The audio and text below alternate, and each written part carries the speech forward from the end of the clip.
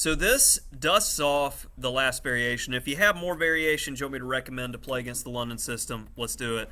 So we're going to be covering the Dutch, but if somebody plays knight c6 and goes into this type stuff, like it's kind of a Shigorin without c4. I'm not quite sure what the name of it would be.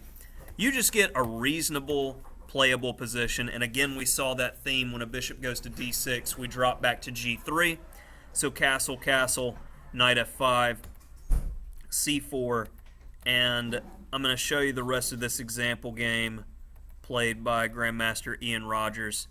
He gets a simple position. With the knight on c5, we're threatening to take on b7, undermining the knight. So rook b8, queen d2, defending the b pawn, so if we take on b7, we just net a pawn for nothing.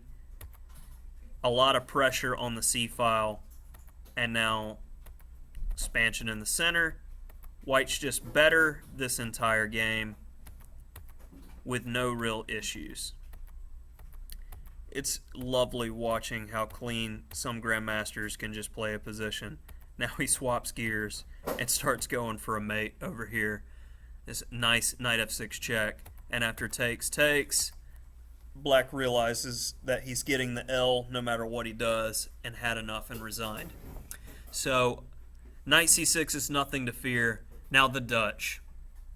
This is how you mess it up. And my Dutch player in the room should be worried because I'm going to have to go back to the tank to figure out what to do here after you see this for white. So bishop f4, and there's really two flavors of Dutch. You got the e6 Dutch and you got the g6 Dutch. And you got one line you need to remember for both of them to really mess the Dutch up.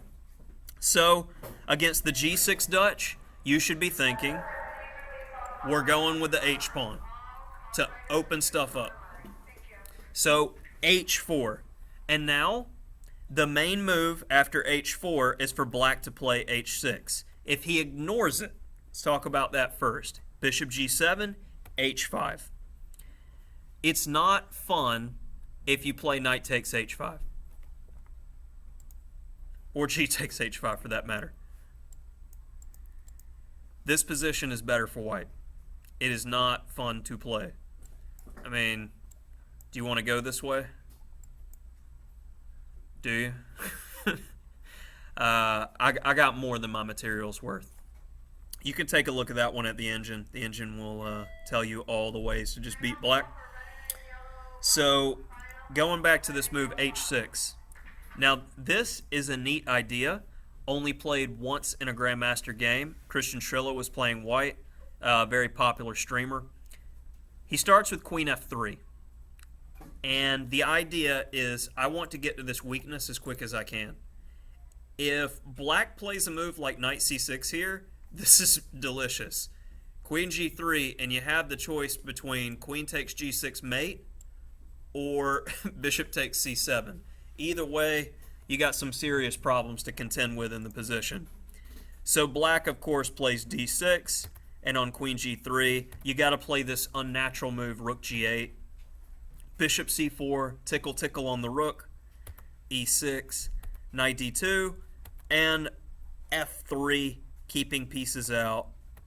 I don't care about the double pawns because I'm going to castle queenside and use it to attack. This is not fun, and I will show you how white dusted his opponent off in this game. Again, for completionist's sake, he gets this nice expansion.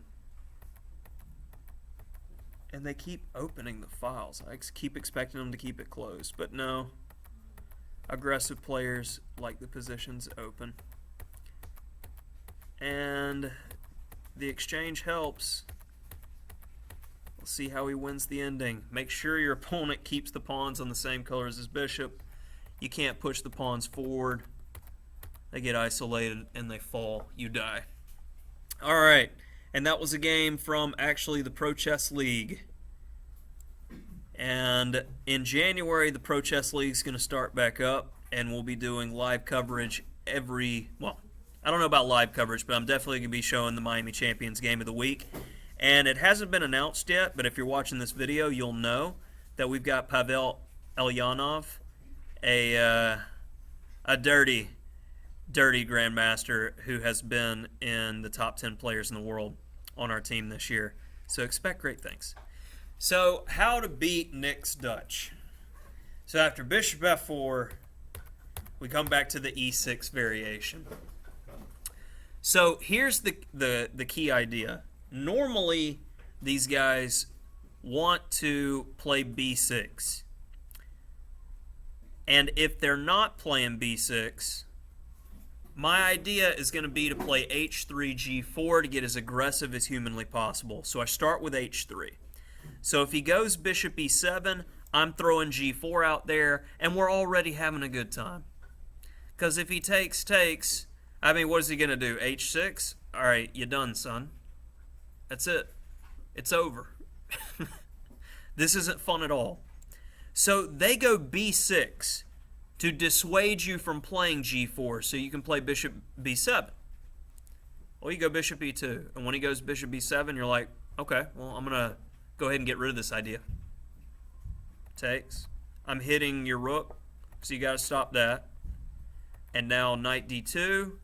And I'm going to get back to my favorite idea, but first, I want to get my king safe. And then g4. And this is computer analysis. Hasn't been played in a game yet with this exact move order idea, but I think this poses significant problems for the Dutch when you're using the London system, and it's my recommendation. That's it for the London system series, unless somebody comments on one of the videos and tells me a line that they'd like analyzed or something that I missed, and I'd be happy to go into it in more detail in one of these short snippet videos. Thanks.